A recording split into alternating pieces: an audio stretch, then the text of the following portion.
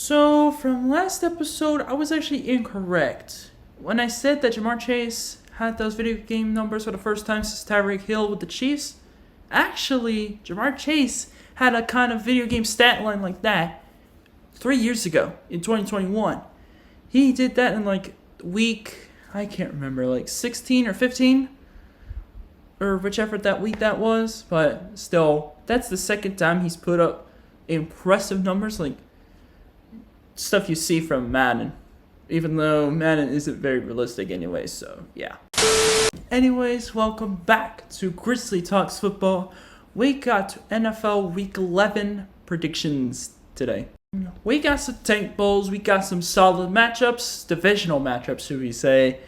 We got it all in this episode. If you are new to this series, though, I will leave a link in the description so that you guys can watch every single video so you're all caught up, and you also have it for future videos whenever I post them. That goes for the rest of this football season as well. Also, make sure you hit that red subscribe button, hit the notification bell so you don't miss a single video.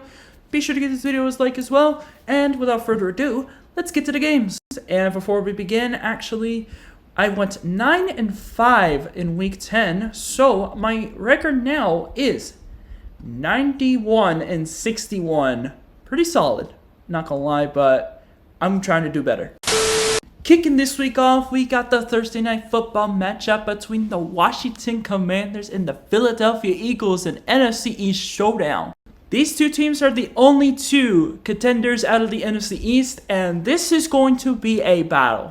We got the high-powered offense of Jaden Daniels and the Commanders going against Jalen Hurts and Saquon Barkley's Philadelphia offense, along with a top 5 defense. I hope this is a shootout, but then again, Philadelphia has a much better defense than Washington does on paper. By a half a game, Philadelphia is actually leading the NFC East, and yeah, I see them winning 34-31. I see this game coming down to the wire.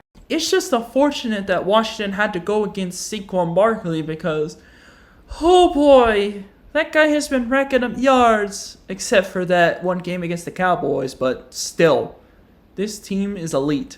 I'm not saying Washington is an elite either. They're actually a really good team though, but they just won't be Philly. In Philly, by the way.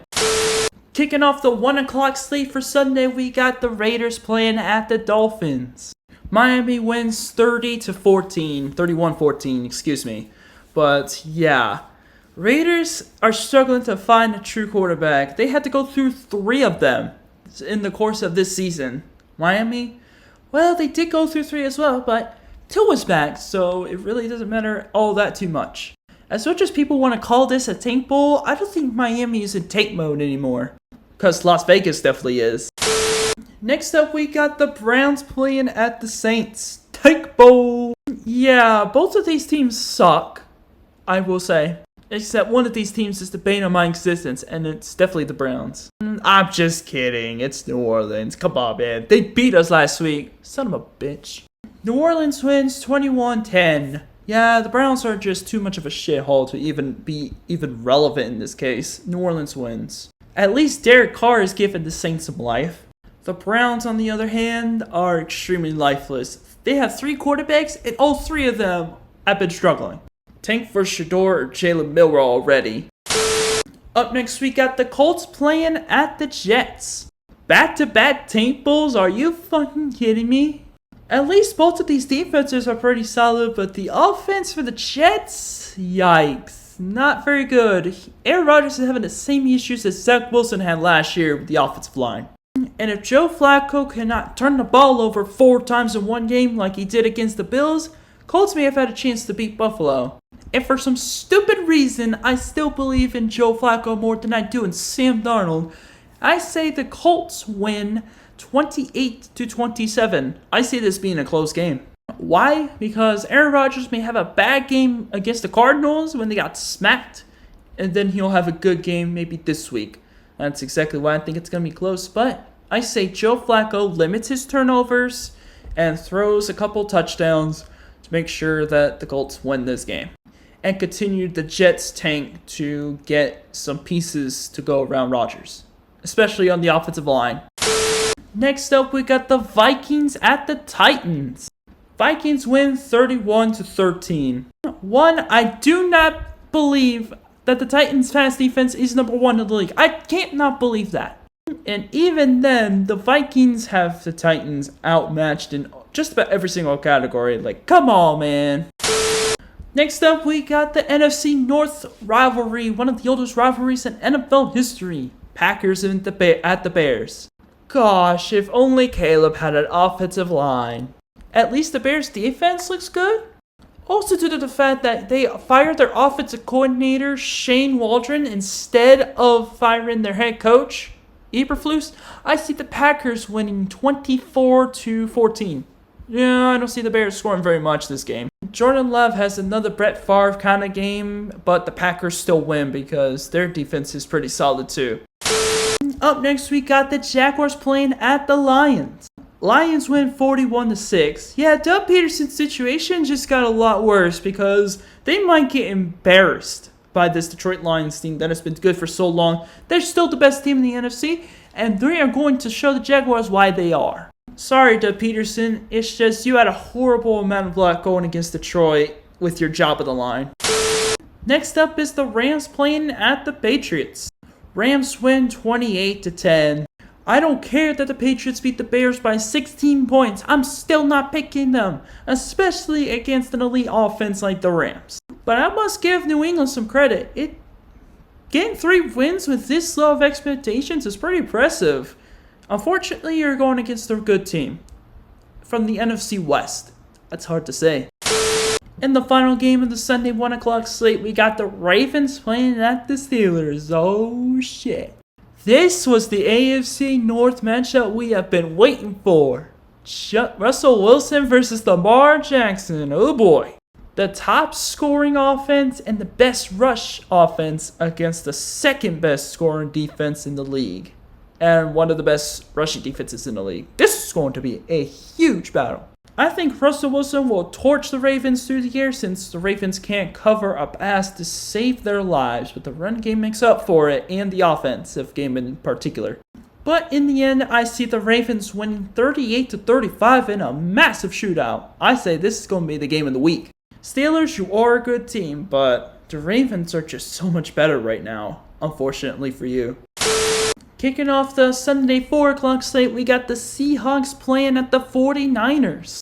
The Seahawks have been struggling with DK Metcalf on the sideline with the injury that he had. I don't know if he's on IR or not, but it's really killing the Seahawks offensive game. At least they got Tyler Lockett and JSN on the deep ball. Anything can happen in the NFC West, but I just do not see the Seahawks splitting the series with the 49ers.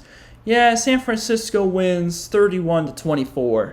Especially with now a rushing game again with Christian McCaffrey, the 49ers are as loaded as ever, and yeah, their path to a Super Bowl begins again. And next up, we got the Falcons playing at the Broncos. If you told me this was going to be a good matchup before the season started, I would have said, you're fucking crazy. But here we are now.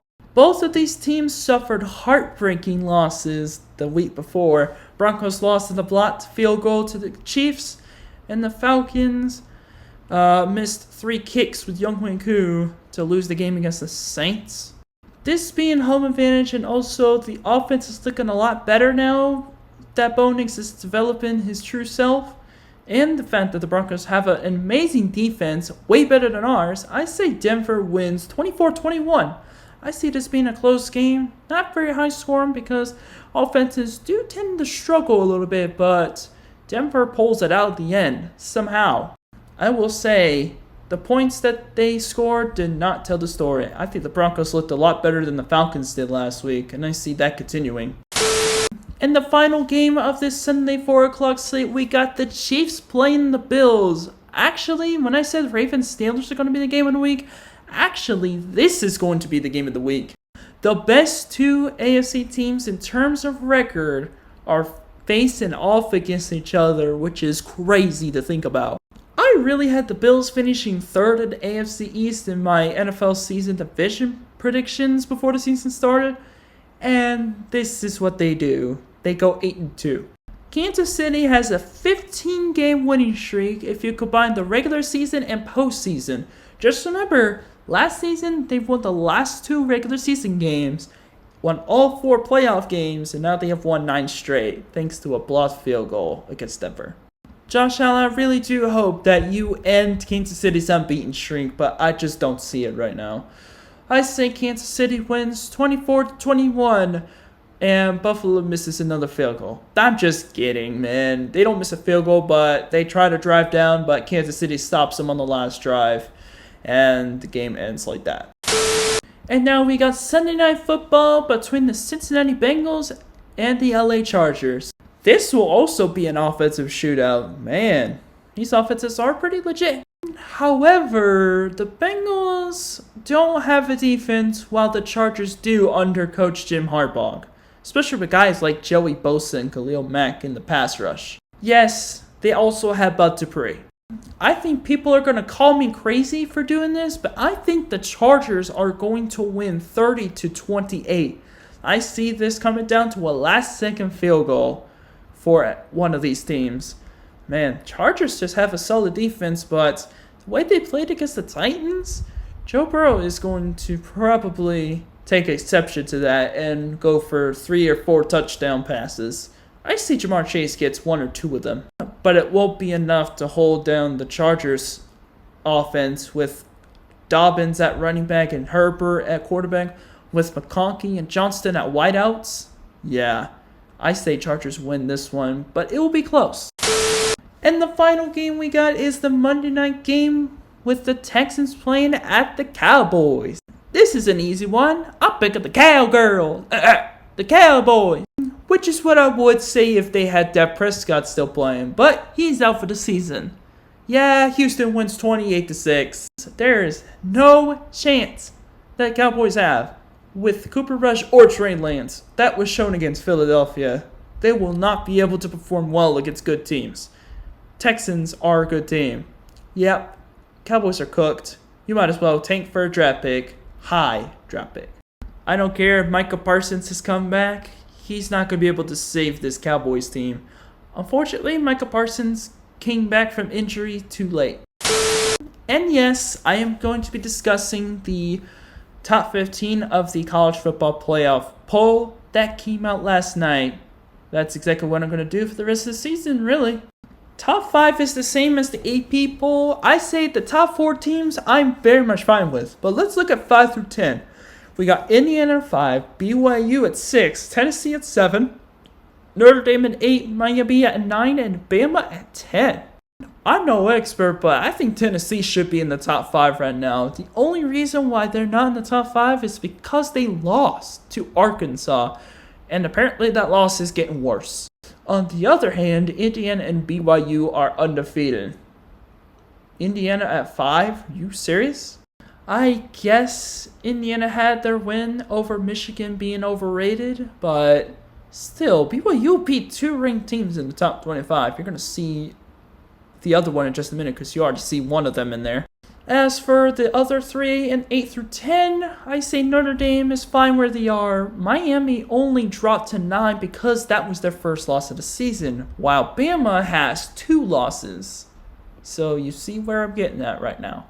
As far as 11 through 15, we got Ole Miss and Georgia at 11 and 12 for obvious reasons. Boise and SMU and A&M moved down 1 spot.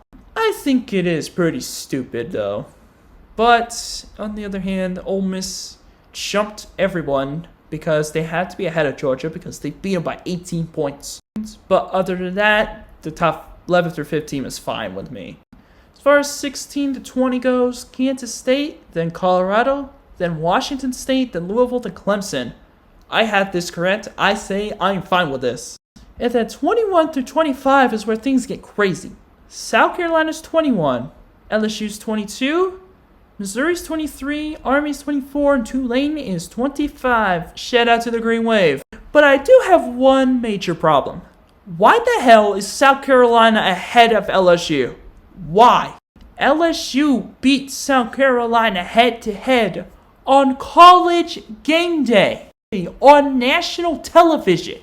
I know, South Carolina got screwed by the referees, But still, the scoreboard says LSU beat South Carolina. Why is LSU not 21?